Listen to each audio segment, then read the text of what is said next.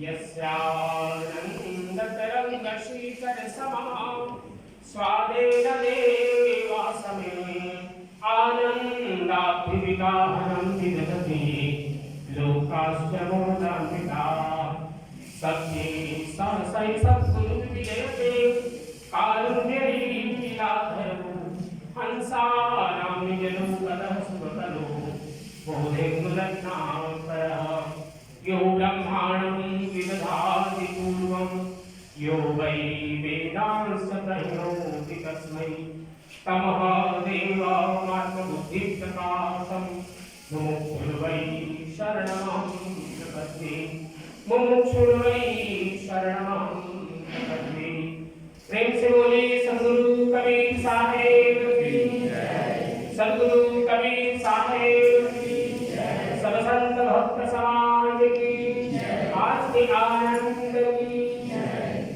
सत्य पुरुष परमात्मा हम सबके हृदय में विराजमान सद्गुरु कबीर साहेब परम आदरणीय परम श्रद्धेय सद्गुरु कबीर मंदिर गोमतीर की आचार्य डॉक्टर श्यामदास साहेब, हमारे परम आदरणीय महंत श्री अमर साहेब जी मोहन, परम आदरणीय हमारे सभी साधु समाज भक्त सज्जन और सभी देवी और सज्जनों प्यारे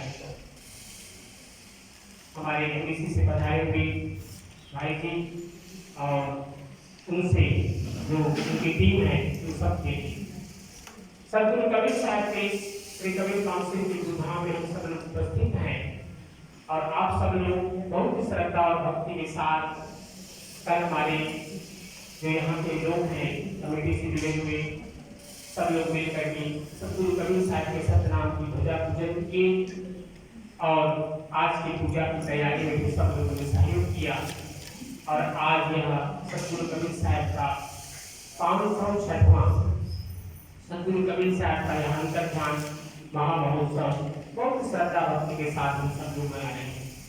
आप सब लोग ने विशेष सूचना कि हमने मगहर फोन किया जहाँ सद्गुरु कबीर साहब का वहाँ प्रयाण हुआ, वहाँ इस समय आचार्य महंत श्री विचार साहब जी हैं।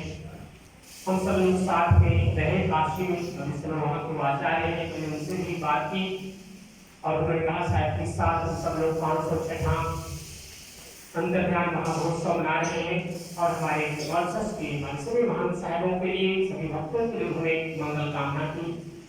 इसके बाद हमने फोन किया परम आदरणीय पंथी प्रधान साहब जी को जो समय बसंत पंचमी के उपलक्ष्य में हरसिया में थे। हम सब लोग जानते हैं कि वर्ष वहाँ पर प्रतिदिवसीय कार्यक्रम होता है बसंत पंचमी के अवसर पर और उन्होंने भी कहा कि साहब जी 506वां अंतर्ध्यान महामहोत्सव हम सब लोग मना रहे हैं और उनके ओर से भी हमारे वर्षस के सभी भक्तों जनों हम साहबों के लिए उन्हें शुभकामनाएं दी। सद्गुरु कबीर साहब का यह महामहोत्सव हम सब लोग प्रतिवर्ष मनाते हैं। पिछले साल हम लोग भारत में थे इस पूर्णिमा के अवसर पर और मॉरिशस से 10 लोग 4 बहन और 6 लोग हम लोग भारत गए रशिया में। उस समय हमारे मोहन साहब जी वहाँ पर उपस्थित थे और आने की तैयारी कर रहे थे। तो उस समय वहाँ पर एक उत्तरी महायज्ञ यदुरी मुदाराज नाम साहब की स्तुति में आयोजित था और उसमें हम सब लोग भाग लिए। इसलिए पिछले साल ये क्रम थोड़ा सा संक्षेप में रहा, लेकिन पिछले साल के जो लोग यहाँ पर थे उन लोगों ने किया कार्यक्रम और आज हम सब लोग एक विशेष परिस्थिति क्योंकि ये कार्यक्रम 23 फरवरी को होना था शुक्रवार को, किंतु तूफान साइक्लोन के कारण से आज इसको रिप्लेस किया गया। लेकिन हम धन्यवाद देते हैं आप सभी भक्तों सज्जनों को कि एक दिन की रिप्लेसमेंट के बाद भी आप सब लोग अपनी श्रद्धा भक्ति समर्पित करने के लिए उपस्थित हैं।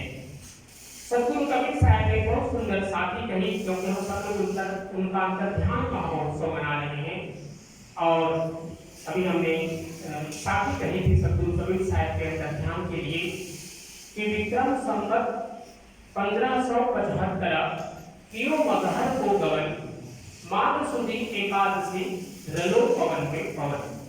अर्थात सतगुरु कबीर साहब का महाप्रयाण हुआ मगहर में। सतगुरु कबीर साहब ने मगहर को क्यों चुना? मगहर काशी वाराणसी में उनका प्राकट्य हुआ झारखंड में लगभग 180 किलोमीटर की दूरी पर ये मगहर स्थान है, जो कबीर नगर जिला के अंतर्गत आता है। मगहर एक शापित भूमि थी और ये कहा जाता था कि काशी मरे तो मुक्ति हुई और मगहर मरे तो गधा हुई। अर्थात काशी में जो व्यक्ति मरता है क्योंकि प्राचीन काल से मुक्ति चली आ रही है, भाष्याम मरणात् मुक्ति। काशी में जो भी व्यक्ति मृत्यु को प्राप्त होता है, चाहे वो किसी भी तरह का जीवन में कर्म किया हो, उसको मुक्ति मिलती है। प्राचीन परंपरा चली आ रही है। लेकिन मगहर में मरने वालों के लिए कहा जाता था, एक प्रसिद्धि थी मगहर के लिए कि जो भी व्यक्ति वहां पर मृत्यु को प्राप्त होता है, उसका पुनर्जन्म होने पर वो गधे को गर्दन में को प्राप्त होता है, इसको इंग्लिश में एस बोलते हैं।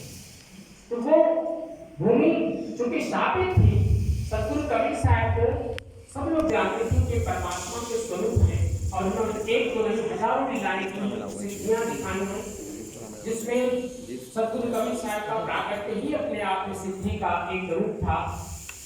और प्राकट्य के बाद सतगुरु कबीर साहब ने जब अपना नाम स्वयं बताया कि मेरा नाम कबीर है, और इसी प्रकार जब बड़े हुए स्वामी रामानंद जी के द्वारा उनको शिष्यत्व प्राप्ति हुई, उस समय में 12 वर्ष के होते हुए भी पंचकन्या घाट से वो छोटे से बालक के रूप में 6 महीने के बालक के रूप में सीढ़ियों पर लेटे थे और दूसरे दिन पुनः अपने प्रारंभिक स्थिति में आ जाते हैं। इसी प्रकार जब आगे बढ़ते हैं, सतगुरु कबीर साहब ने बहुत सी लीलाएं की, जिसमें उस तरफ भारत की कथाएं हैं, जिसमें गोरखनाथ जी की कथा है, श्रुति गोपाल साहब की कथा है जो सर्वानंद पंडित से पहले, इसी प्रकार जाकुब साहब का, भगवान दास गोस्वामी साहब का, गुजरात में तत्वा जीवा साहब का, और कहते हैं मक्का मदीना जब गए तो उन्होंने पैर अपना मक्का मदीना की ओर, जो वहाँ का मस्जिद है उस ओर किए हुए थे। वहाँ के मौलवी ने उनको डांटा कि आप ऐसे व्यक्ति हैं जो अपने पैर मक्का की ओर करके सो रहे हैं। तो सतगुरु कबीर साहब ने कहा कि मेरे पैर उस तरफ कर दो जिस तरफ अल्लाह ना हो, रब ना हो, परमात्मा ना हो। तो लोग उनके जहाँ जहाँ पैर घुमाए, उनका जो मस्जिद था उस ओर घूम जाता था। और कहते हैं कि आज जो मस्जिद जिसकी वो परिक्रमा करते हैं, उसका मुख पश्चिम मुखी है, अर्थात हम लोग पूर्व मुखी मंदिर को रखते हैं, उनका पश्चिम मुखी माना जाता है। तो इस प्रकार से हजारों लीलाएं सतगुरु कबीर साहब कर चुके थे। हम सब लोग जानते हैं कि सतगुरु कबीर साहब एक परमात्मा का स्वरूप है। बहुत बड़ा भंडारा उन्होंने किया काशी में, जिसके लिए पंडितों ने एक षड्यंत्र रचा था वहाँ के लोगों ने कि सतगुरु कबीर साहब का अपमान होने के स्वयं भगवान विष्णु और लक्ष्मी आती है और उस पूरे भंडारे का भार वहन करते हुए और खूब सुंदर ढंग से भोजन भंडारे का कार्य होता है। अंतिम समय जब आया, सतगुरु कबीर साहब ने कहा कि मैं इतने वर्षों में लोगों में एकता जोड़ा, तो उस समय का भी बादशाह था दिल्ली का सिकंदर लोदी, वो कबीर साहब का शिष्य बन चुका था। नवाब बिजली खां जो नवाब था लखनऊ का, वो उनका शिष्य था। काशी नरेश राम सिंह वो उनके शिष्य थे, और सतगुरु कबीर साहब के शिष्यों में उसमें मुस्लिम भी थे, हिंदू भी थे। हिंदू के गुरु मुसलमान के बीच ये सतगुरु कबीर साहब की गई जाती। तो जब सब लोगों ने सुना कि साहब अब वहाँ प्रयाण कर रहे हैं, अपने लीला का संवरण कर रहे हैं, तो सब लोगों ने निवेदन किया और कुछ लोगों ने चैलेंज किया कि अगर आप काशी में ही अगर अपना शरीर छोड़ते हैं तो इसमें आपकी क्या बड़ाई हो, अच्छा होता। निवेदन किया कुछ उनके शिष्यों ने सतगुरु कबीर साहब के कि मगहर एक शापित भूमि है, अगर आप वहाँ अंतिम समय अपना व्यतीत करें तो भूमि शाप से मुक्त हो जाए। सतगुरु कबीर साहब स्वीकार करते हैं और काशी से उनकी यात्रा प्रारंभ होती है मगहर में। मगहर की यात्रा में क्योंकि एक लंबी यात्रा है और उस समय तो पैदल यात्रा होती थी, तो कहते हैं कि 2 स्थानों पर उनका बीच में पड़ाव पड़ा, रात्रि में वहां पर विश्राम हुआ सब लोगों का, और फिर तीसरे दिन वो पहुंचे मगहर में। मगहर में एक नदी थी, आमी नदी। आमी का अर्थ होता है अमृत। तो आमी नदी थी, लेकिन हजारों साल से सूखी पड़ी हुई थी। क्यों? इसलिए कि शाप उसको मिला हुआ था ऋषि का, और उस शाप के कारण से नदी सूख गई और भूमि तो शापित थी। जब सतगुरु कबीर साहब वहां पर पहुंचे और सब भक्तों को जब वहाँ पर महाप्रसाद भोजन बनाने की तैयारी करनी थी तो पानी की कमी, पानी तो नहीं, कैसे भोजन सबके लिए बनेगा, क्योंकि हजारों लाखों की संख्या में वहाँ पर लोग जुटे हुए हैं और सभी हिंदू और मुस्लिम दोनों संप्रदाय के लोग वहाँ पर जुटे हुए थे। सतगुरु कबीर साहब के इस स्थिति को देखते हुए कि सतगुरु कबीर साहब को कृपा करेंगे कि पानी की उपलब्धि हो जाए, सतगुरु कबीर साहब के, अगर आप लोगों ने फोटो देखा होगा, आप देख रहे हैं दोनों तरफ हमारे फोटो है, तो बगल में एक कमंडल रखा हुआ है, ऐसा कमंडल रखा हुआ है, तो कमंडल से उन्होंने पानी लिया और एक पत्ते को डोरे का रूप दिया, दोनों ऐसा मोड़ करके और उसमें पानी को डाला। उन्होंने कहा कि जाओ ये नदी में आप लोग इस पानी को डालो, नदी प्रवाहित होगी। जैसे ही उस जल को लेकर के नदी में डाला, उनके शिष्यों ने वो नदी पता नहीं हजारों किलोमीटर से गंगा आती थी, वो आई और बाद में नदी को ट्रैक करके सभी नदियां उत्तर प्रदेश की गंगा में समाविष्ट होती हैं। तो इस प्रकार से जो आम्र नदी स्थापित थी उसमें जल पूरित हुआ, महाप्रसाद तैयार हुआ, सब लोग भोजन प्रसाद किए। वहां पर अखंड सतगुरु कबीर साहब के सत्य नाम का धूम चला और साहब का प्रवचन भजन अखंड रूप से चलता रहा। और जिस दिन, जैसे कि अभी हमने कहा, माघ शुक्ल एकादशी, माघ महीने के शुक्ल पक्ष की एकादशी की प्रातः कालीन बेला, सतगुरु कबीर साहब ने कहा आज हमारा ये अंतिम दिन है। सभी लोग वहां पर उपस्थित हुए और वहां पर एक और महापुरुष आए जिसको आप सब लोग जानते हैं, सिख परंपरा के आदि गुरु। सिख कहते हैं शिष्य को, सिख जो है शब्द पंजाबी शब्द है, शिष्य शब्द संस्कृत है, तो संस्कृत शिष्य शब्द का ही पंजाबी रूप है। गुरुमुखी उसको भाषा कहते हैं, पंजाबी भाषा को, तो उस भाषा में सिख कहते हैं। तो सिख परंपरा के आदि गुरु गुरु नानक साहब, तो गुरु नानक साहब वहां पर आए और अपने साथ पंजाब से तिल लेकर के आए। कहते हैं तिल भोगत ताली लगी। सतगुरु कबीर साहब ने उस तिल को पिसवा करके दूध में डाला, कहा कि सबको बांट दो, सबको महाप्रसाद के रूप में दिया। लेकिन जब गुरु नानक साहब ने उस तिल के मिले हुए दूध को पान किया तो सतलोक का उन्होंने दर्शन किया। सतलोक का दर्शन जब उन्होंने किया तो देखा सतलोक में सतगुरु कबीर साहब विराजमान है और जहाँ पर वो बैठे हैं मगहर में, उस अपने झोपड़ी में, कुटिया में, जहाँ पर उनके रहने का आवास बनाया गया था, सतगुरु कबीर साहब ने उसी रूप में, जो रूप सतलोक में, वही रूप में उन्होंने मगहर में उनका दर्शन किया और वो जान गए और उन्होंने भजन गाया, वाह वाह कबीर गुरु पूरे हैं, मैं तो इनके चरण में धूले हूँ। अर्थात सतगुरु कबीर साहब पूर्ण गुरु हैं, ये गुरु नानक साहब ने कहा। और गुरु नानक साहब की जो परंपरा है उसमें 10 शिष्य हुए, अंतिम गुरु गोविंद साहब हुए और उन्होंने उसके बाद जो गुरुओं की वाणियां थी उसको एक संग्रह का रूप दिया जिसका नाम गुरु ग्रंथ साहब है। और उसमें कहते हैं सतगुरु कबीर साहब के लगभग 200 भजन उसमें समाहित है, समावेश किया गया है। और उसके बाद ये सिख परंपरा चली आज पूरे विश्व भर में। आप देखते हो जो लोग पगड़ी बांधते हैं, अपने दाढ़ी वगैरह रखते हैं, ये सिख परंपरा। इसी प्रकार सतगुरु कबीर साहब के जो संत शिष्य थे, सर्वानंद पंडित जिसको सतगुरु कबीर साहब ने शिष्य गोपाल नाम दिया था, वो जादू साहब, भगवान दास गोस्वामी साहब, यहाँ भी भगवान दास गोस्वामी साहब के कुछ शिष्य परंपरा यहाँ पर थी, काकाजी परिवार आप लोग जानते हैं। तो उसमें बीजक की बहुत महत्व दिया गया है। सतगुरु कबीर साहब के मानव में 3 ग्रंथ महत्वपूर्ण है, बीजक ग्रंथ, साथी ग्रंथ, इसमें 84 अंग हैं और जीवन के हमारे जितने भी पार्ट हैं, जीने के जितने भी हिस्सा है, जितने भी हमारे प्रश्न उठ सकते हैं हमारे मन में, सभी प्रश्नों का समाधान उस साथी ग्रंथ के माध्यम से सतगुरु कबीर साहब के शिष्यों ने संग्रह किया उन भजनों को। और एक एक विषय पर एक एक अध्याय, 84 उसमें अध्याय है, उसमें एक एक अंग कहा गया और उसमें गुरु का अंग, साधु का अंग, मन का अंग, माया का अंग, इस प्रकार से 84 अंग होते हैं। और तीसरा ग्रंथ है सतगुरु कबीर साहब के भजनों का एक बहुत ही सुंदर संग्रह ग्रंथ है जिसको शब्दावली। ये 3 सतगुरु कबीर साहब के ग्रंथ हैं। और इसके बाद हम सब लोग जानते हैं, पाठ करते हैं लोग संध्या पाठ में, मगहर तजीबासा किया प्रकाशा जगत धर्मदासा ब्रह्मधारी। सतगुरु कबीर साहब माघ शुक्ल एकादशी को जब बयान करते हैं, इसके पूर्व सतगुरु कबीर साहब मथुरा में हरिधर्मदास साहब से मिल चुके थे। एक अनंत चतुर्दशी के उपलक्ष्य के में जब आए हुए थे हरिधर्मदास साहब का वृंदावन में, मथुरा में, भगवान विष्णु के वो उपासक थे और इस तरह से तीर्थ यात्रा करते हुए बांधवगढ़ से वहां पहुंचे थे। सतगुरु कबीर साहब ने कहा था कि जाओ अपने घर और संतों की सेवा करो, और उन्होंने कहा कि मैं संतों की सेवा में ही उपस्थित रहता हूँ, जहाँ संत हैं वहाँ मैं हूँ। जब जब आप संतों की सेवा करेंगे आप ये समझना कि मैं ही वहाँ पर उपस्थित हूँ। तो सतगुरु कबीर साहब मगहर में प्रयाण के बाद उनका जो प्रस्थान होता है वो बांधवगढ़ होता है, और बांधवगढ़ में फिर धनराज साहब उनसे गुरु दीक्षा लेते हैं। यही सात्विक ज्ञान के चौपाती का वहाँ पर विधान किया जाता है, और उनकी धर्मपत्नी धनराज साहब की धर्मपत्नी आमिर माता धनराज साहब, लेकिन उनके पुत्र थे नारायण दास जी, वो सतगुरु कबीर साहब के शरणागति नहीं आते। सतगुरु कबीर साहब ने धनराज साहब के बहुत से प्रश्नों का उन्होंने उत्तर दिया, जिसमें सृष्टि कैसे उत्पन्न हुई, ये ब्रह्मा विष्णु महेश कौन है, देवियां कौन है, कैसे इस प्रकार सृष्टि की रचना की गई, कितने अंश हैं। तो ये जब हम लोग अभी आप लोग भजन सुने होंगे जो हमारे भजन मंडली के द्वारा गाया जा रहा था कि जो रचना है लोग की सोच और का विस्तार, तो ये जो संसार की रचना हुई जिसमें 16 अंश ब्रह्मांश माने जाते हैं, जिनमें से एक अंश है जलरंग अंश।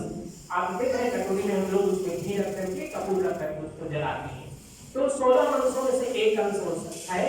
इसमें आद्या शक्ति का यहाँ पर विराजमान है, निरंजन शक्ति के साथ का 4 गुरु, इन सब का यहाँ पर स्थान इस चौपाल में दिया जाता है।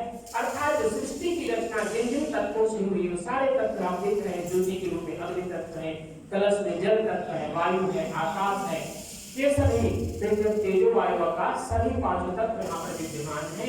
इन सब की रचना का जो रूप है संसार की सृष्टि का, वो सभी का रूप यहाँ पर हम लोग चौकार की देखते हैं। तो यह सात्विक ज्ञान के चौकार सतगुरु कबीर साहब ने धनराज साहब को दिया, और इसके माध्यम से आज पिछले लगभग 626 वर्ष सतगुरु कबीर साहब के प्राकट्य का आगामी ज्येष्ठ पूर्णिमा को हो जाएगा। लेकिन सतगुरु कबीर साहब का जो प्रचार प्रसार विशेष रूप से शिष्य परंपरा हुई, तो हम कह सकते हैं कि लगभग 550-600 वर्षों से ये सात्विक ज्ञान के चौका आरती की विधि चली आ रही है, और उसके माध्यम से लाखों नहीं उससे भी अधिक लोगों का जीवन में उद्धार हुआ, सतगुरु को यात्रा उन्होंने प्राप्त की। सतगुरु कबीर साहब ने जैसे कहा कि मेरी मृत्यु नहीं होती है, यही मरण से जग डरे सो मेरो आनंद, कब मरी हो कब पाई हो पूर्ण परमानंद। अर्थात मेरी कब मृत्यु होगी, मैं परमात्मा में लीन होगा, ये प्रत्येक व्यक्ति के उपदेश करते हैं, क्योंकि मृत्यु तो पंचभौतिक शरीर की होती है, लेकिन आत्मा अजर है, अमर है, जिसके लिए कहा गया कि अजरा अमर प्राप्त विद्यावर्थम नहीं। अर्थात अपने जीवन में मैं आत्म तत्व हूँ। इसलिए सतगुरु कबीर साहब ने सोहम का बड़ा महत्व दिया। जब हम ज्योत जलाते हैं, आप लोग नहीं सुनते हैं, लेकिन ज्योति जलाने का जो मंत्र है वो यही है, सोहम नाम ले आरती बारे आप करे औरन को गाए। अब ये जो सोहम शब्द है, इसी में सतगुरु कबीर साहब ने शब्द सुरतियों की साधना किया, क्योंकि सोहम में ही ओंकार है। इसलिए जो सतनाम सतगुरु कबीर साहब ने दिया, तो गुरु नानक साहब ने इस सतनाम को धारण किया और उन्होंने एक ओंकार सतनाम, ये उनके महामंत्र है। ये सतगुरु कबीर साहब के द्वारा उपदिष्ट सतनाम का महामंत्र उन्होंने स्वीकार किया, और सतनाम के ध्वजा के नीचे 1-2 नहीं 20-25 ऐसी संस्थाएं हैं, दरिया साहब, खीसा साहब, पलटू साहब, जगजीवन साहब, ये सभी लोग सत्यनाम का महामंत्र का अपने परंपरा में पालन करते हैं। गरीबदासी परंपरा सभी लोग सतगुरु कबीर साहब की शरणागति हुई। सतगुरु कबीर साहब ने स्वामी रामानंद जी को भी जो केवल ब्राह्मणों को शिष्य बनाते थे, उनको उनके अंदर के भ्रम को मिटाया कि समस्त मानव समाज एक समान है। और इस प्रकार सतगुरु कबीर साहब 120 वर्षों की लीला मगहर में संपूर्ण करते हैं। आमन नदी को प्रवाहित किए, मगहर को उन्होंने शाप से मुक्त किया, और सतगुरु कबीर साहब की इन वाणियों के माध्यम से जो हमें इन ग्रंथों में जो अभी हमने चर्चा की, बीजक में, साखी ग्रंथ में, शब्दावली में, और साथ ही साथ सागर ग्रंथ जो धनराज साहब और कबीर साहब के प्रश्न और उत्तर का रूप है, जिसमें एकादश सागर ग्रंथ है। इसके अलावा संस्कृत ग्रंथ है श्रीमद् ब्रह्मनिरूपण, इसके अलावा कबीर मंसूर है, काफी मोटा ग्रंथ है, उसमें भी सदगुरु कबीर साहब अपने ज्ञान का बहुत भरपूर उसमें उपदेश किया है। ये हमारे लिए बहुत ही अनमोल धरोहर है ये ग्रंथ हमारे लिए। और इस महामहोत्सव का जो आनंद है आप सब लोग बहुत श्रद्धा भक्ति के साथ यहाँ पर उपस्थित होकर के ले रहे हैं। हम धन्यवाद देते हैं हमारे एमबीसी के लोगों को, बहन करुणा जी को और बहन रत्नमाला जी को, जिन्होंने हम लोगों को स्पेशल एक कार्यक्रम दिया आधा घंटे का इस अंतर्धान महोत्सव के लिए, उनको भी हम धन्यवाद देते हैं। बराबर हम लोग का कार्यक्रम चलता है, रत्नमाला जी के प्रोड्यूसर हैं और वहाँ पे जो संजय दुराज हैं उसके मेन प्रोड्यूसर हैं, वहाँ के जो डायरेक्टर हैं उनको भी हम धन्यवाद करते हैं और पूरे एमबीसी की टीम को धन्यवाद देते हैं कि सदगुरु कबीर साहब के वाणियों के प्रचार प्रसार में हमारे साहब जी का 15 दिन पर रेडियो का कार्यक्रम आता है संत वाणी मंगलवार को, और इसी प्रकार से हम लोगों का सदगुरु कबीर जी का ज्ञान ये कार्यक्रम हम लोगों को हर 15 दिन पर मिलता है। आगामी बुधवार को फिर से कार्यक्रम मिलेगा, तो हम लोगों को धन्यवाद देते हैं। आप सभी भक्त संजन जो आज यहाँ पर आए हैं, आप सबका जीवन सदगुरु कबीर साहब खूब सुंदर से पूर्ण करें।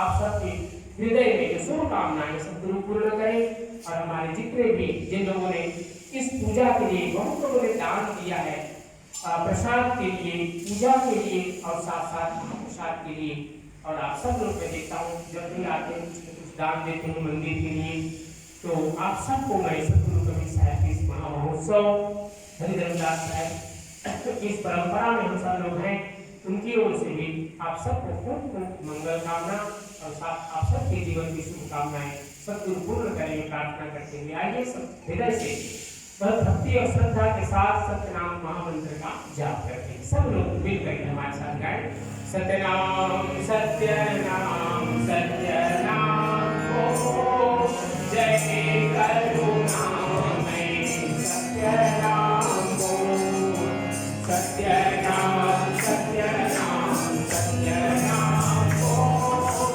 जय करुणामय सत्यनाम सत्यनाम सत्यनाम सत्यनाम ओम जय करुणामय सत्यनाम ओम सत्यनाम सत्यनाम सत्यनाम ओम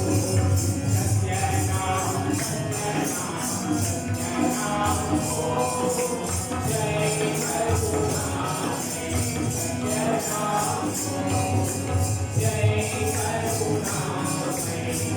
सत्यनाम सत्यनाम सत्यनाम ओम आइए सदगुरु के